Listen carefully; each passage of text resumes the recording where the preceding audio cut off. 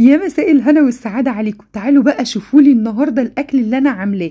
بصوا بقى، الأكل كله في كوم والأكلة دي في كوم تاني خالص. دي بقى بتنزل في قلبي كده مش في معدتي. فتة الكوارع بقى دي فتة الوحوش، أكلة الناس كده الأكيلة بجد.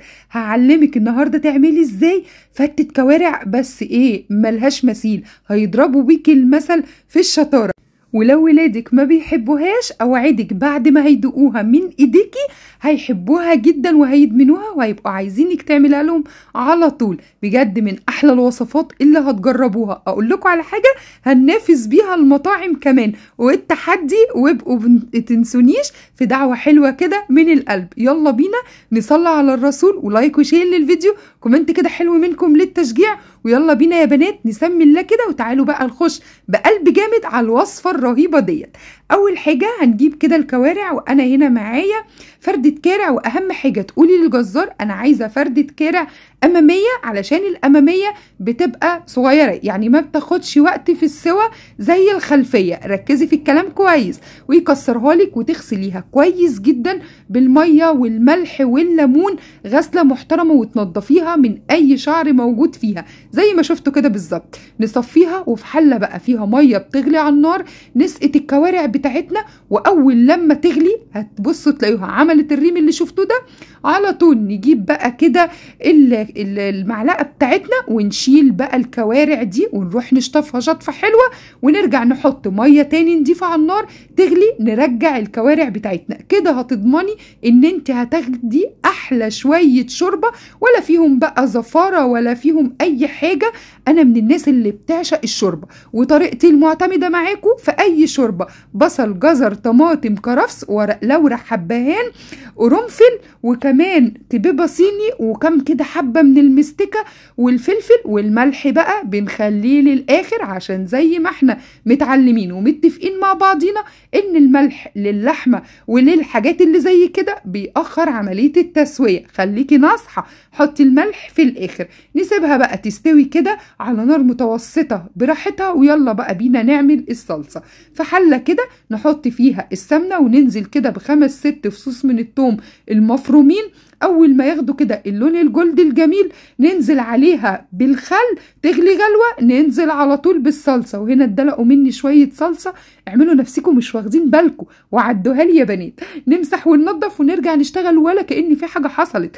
نزود بقى الصلصه بتاعتنا، وننزل كده ب4 معالق كبار من الصلصه اللي احنا كنا عملناها مع بعض قبل كده. تقدروا ترجعوا للفيديو ده هتلاقوه.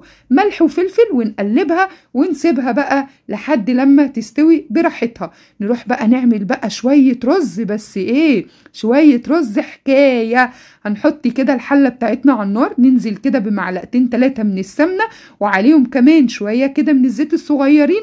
ننزل بورقتين من اللورة، وكم فص من الحبهان، وكم فص كده من المستكة. واول لما المستكة تسيح والحبهان والورق اللورة يتشوحوا هتشمي احلى ريحة. يا سلام، مش قادرة اقولك هتاكلي شوية رز حكايه ما كلتهمش في حته قبل كده. ننزل بالرز بتاعنا المغسول ومتصفي على طول، ننزل عليه بالملح والفلفل، ونشوح بقى كل الكلام الخطير ده كده مع بعضه لحد لما تلاقي الرز بتاعك كده فلفل معاكي بالشكل ده. فلفل يعني نشف من السوائل مطرح ما غسلنا الرز، ونشف كده وغير لونه كده بقى لونه مصفر شويه. على طول ننزل بالميه المغليه، نظبط كده الميه بتاعتنا ونغطيه، واول لما ياخد غلوه نوطي النار عليه ونسيبه بقى يستوي براحته. ويلا بينا بقى نروح نشوف الجواهر بتاعتنا. شايفين يا بنات الكوارع شكلها عامل ازاي؟ اللهم بارك اللهم بارك اللهم بارك. بجد شوربة كوارع هتشربيها وتدعيلي. والكوارع استوت كده وبقت ايه زي العسل. اطلعها بقى كده من الحلة، وفي صينية كده فيها فاضية احط بقى فيها الكوارع، وانزل بقى بكبشتين كده 3 من الصلصة اللي عملناها مع بعض. ونحط كده شوية فلفل اسمر، تمام، وشوية كمان كزبرة جافة بصوا الكلام خطير خطير، والكلام بجد يستاهل ان انتوا تجربوه. شوية كده من الملح ونشوح بقى كل الكلام الخطير ده مع بعضه. واوعي تقولي ان انا استكفيت بكده، لا استني، نحط كده كبشتين من شوربة الكوارع ونقلب لنا كده تقلبتين تانيين، وهي كده على النار بتاعتنا، وهي النار عالية مش النار هادية. نقلبها ونروح بقى نشوف هنعمل ايه. طاسة كده نحط فيها معلقة كبيرة كده من السمنة، ولو سمنة بلدي بقى يا سلام، موضوع بيروح في حتة تانية خالص.